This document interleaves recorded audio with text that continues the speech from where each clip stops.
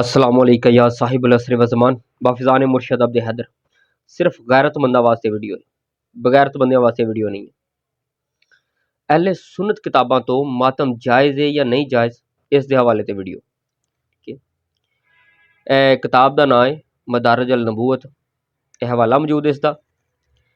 हज़रत बिलाल ने गमे रसूल सल्लल्लाहु अलैहि वसल्लम दे विच नबी पाक सल्लल्लाहु अलैहि वसल्लम के सामने मातम किया, मुँह पिटिया, गिरिया किया, जदों कि मुहम्मद सल्लल्लाहु अलैहि वसल्लम सामने जिंदा मौजूद सन। दूसरी किताब सीरत नबी, इंदा हवाला है। मुहम्मद सल्लल्लाहु अलैहि वसल्लम के हुक्म के नाल हज़रत हमजा ये जिहड़े चाचा सन, हज़रत अमीर हमजा नबी पाक सल्लल्लाहु अलैहि वसल्लम दी, इन्हां दे सामने मातम होया, उन्हां दी शहादत ते नबी पाक सल्लल्लाहु अलैहि वसल्लम की इजाज़त के नाल। तीसरा कुंज़ुल अमाल, इंदा हवाला है बनी मुगेरा दी औरतां ने खालिद दे मरण दे उत्ते 7 दिन तक मातम किया, चेहरिਆਂ ਦੇ ਉੱਤੇ मारिया, गिरबान चाक किया, ठीक है, लेकिन हज़रत उमर ने नहीं रोकया। ये सारा काम होया। अच्छा, फिर अगली किताब है तारीख तुबरी। हज़रत उस्मान दी बेटी दा मातम अपने बाबा दे गम दे विच। फिर अगे किताब है तारीख अल खुलफा। गमे हुसैन दे विच मुहम्मद सल्लल्लाहु अलैहि वसल्लम दा सर मुबारक दे विच खाक डालना, चेहरे दे उत्ते खाक मलना सुन्नत मुहम्मद सल्लल्लाहु अलैहि वसल्लम है। उस तो अलावा फिर अगली किताब है इब्ने कसीर अल बदाया वल निहाया, फिर तबकात इब्ने साद। यह 2 किताबों का हवाला है। हज़रत आयशा दा वफात रसूल सल्लल्लाहु अलैहि वसल्लम दे उत्ते मातम, ठीक है। फिर अगली एक होर किताब है इब्ने कसीर अल बदाया वल निहाया।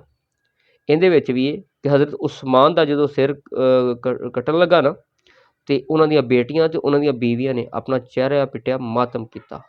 हुण गल है कि यार एक इंसाफ करो, इंसाफ करो। जदों यह मातम हो रहा है नबी पाक सल्लल्लाहु अलैहि वसल्लम की हयात मुबारक दे विच हो रहा है, यह उन्होंने उत्ते भी हवाले मौजूद ने, अहले सुन्नत कुतब दे विच हवाले मौजूद ने, नबी पाक ने मना नहीं फरमाया। तो यह लोग जिन्हों ने मातम किया ना ये काफिर होए, ना मुशरक होए, ना इन्होंने अपनी जाना ते जुल्म किया, ना नबी पाक इन्हों तो नाराज़ होए। जिहड़े नबी पाक के सामने काम होया मैं उन्होंने गल कर रहा। दूसरिया किसी ने ना काफिर किया, ना मुशरक किया है, ना उन्होंने बुरा भला किया है, लेकिन सब जायज़, ठीक है। हुण कैसी गल है कि एक सोचण वाली गल है, सोचण वाली गल है कि नबी पाक सल्लल्लाहु अलैहि वसल्लम हले इमाम हुसैन दे जबरील वही दस खबर लैके आया कि इमाम हुसैन नूं करबला शहीद किया जाएगा। तो नबी पाक इन्ना रोए तो तारक जमील ने भी बयान किया कि रो रो के हिचकी लग गई, सिर दे विच अपने मट्टी डाल ली, चेहरे ते मट्टी मल ली नबी पाक सल्लल्लाहु अलैहि वसल्लम, हाले इमाम हुसैन जिंदा ने, ठीक है। हज़रत अमीर हमजा एक सन जिहड़े शहीद होए सन, एक सन जिहड़े शहीद होए सन, लेकिन उन्हां दे उत्ते मातम किया गया, एक दे उत्ते मातम किया गया। तो सोचो इत्थे तो पूरा खानदान शहीद कर दिता गया आले रसूल दा, जिन्हां दे उत्ते दरूदो सलाम पढ़िया जा रहा सी, उन्हां नूं शहीद कर दिता गया। जिहड़े दरूदो सलाम पढ़दे उन्हां ने शहीद कर दिता। जन्नत दे वारसां नूं उन्हां शहीद किया जिहड़े भीख दे विच जन्नत मंगदे ने, काफिर कह के शहीद कर दिता गया। इत्थे मातम क्यों नहीं बनता? सोचण वाली गल है। तो वैसे भी वो गल होए ना कि मातम तो बगैर तो तुसीं रह सकते ही नहीं, मातम तो बगैर रह सकते ही नहीं रोण पिटण नूं। इत्थे चलान हो रहे सी, मैं वेख्या ड्राइवर लम्मी लम्मी दाढ़ी रखी है तो सीना पिटन दिया, अपना मरीयम के खिलाफ गल कर रहा, मतलब हुकूमत के खिलाफ गल कर रहा, मातम कर रहा, नाले पिट रहा। इत्थे लोग महंगाई हो जाए तो पिटते हैं, अपने खानदान के चंद बंदे मर जाण जिहड़े तुहाडे है ही नहीं, ठीक है, बच्चे मर जाण तो तुसीं मातम करदे हो, पिटदे हो, रोंदे हो, हुकूमत नूं रोंदे हो। पेट्रोल महंगा हो जाए, बिजली का बिल आ जाए तो तुसीं मातम करदे हो, चलान हो जाए तो गड्डी नूं भी अग लांदे हो, अपने आप नूं भी साड़ दिंदे हो, ठीक है। मातम तो तुसीं उहदा भी करदे हो, लेकिन पीड़ उत्थे पैंदी है जिथे इमाम हुसैन दे नाम दा गम आवे ना, जिथे आले रसूल दे गम दी गल आवे, उत्थे आके मौत पैंदी है। बाकी तो तुहानूं कोई मसला नहीं, बाकी तो तुसीं अपने बच्चों वास्ते भी रोंदे हो। बाकी हकीकत गल है, यकीन करो मौला हुसैन ने सानू फरमान याद है, मौला हुसैन ने फरमाया जो तुहानूं कोई गम शिद्दत ना याद, शिद्दत ना कोई गम आवे ना, शिद्दत ना, तो तुसीं मेरे गम नूं याद करना, तुहानूं अपना गम भुल जाएगा। सानू तो अपनी ना बीवी का गम, ना बच्चे का गम, ना भैन भरावां का गम, सानू उन्हां दा गम ही नहीं हुंदा। सानू तो यकीन करो गम हुंदा ना जो हुंदा, मौला ने फरमाया मेरे गम नूं याद करो, उन्हां दे गम अगे साडी गम की कोई अहमियत ही नहीं रह जाती, ठीक है। तो गम तो तुहाडे वास्ते भी है, पर तुहानूं अपने बच्चों का दुख, तुहानूं अपनी बीवी का दुख, तुहानूं अपने खानदान का दुख, दुख तो पिछा नहीं छड्डदा। तुसीं दुनियादारां दी मुहब्बत विच रोंदे पिटदे हो, ठीक है।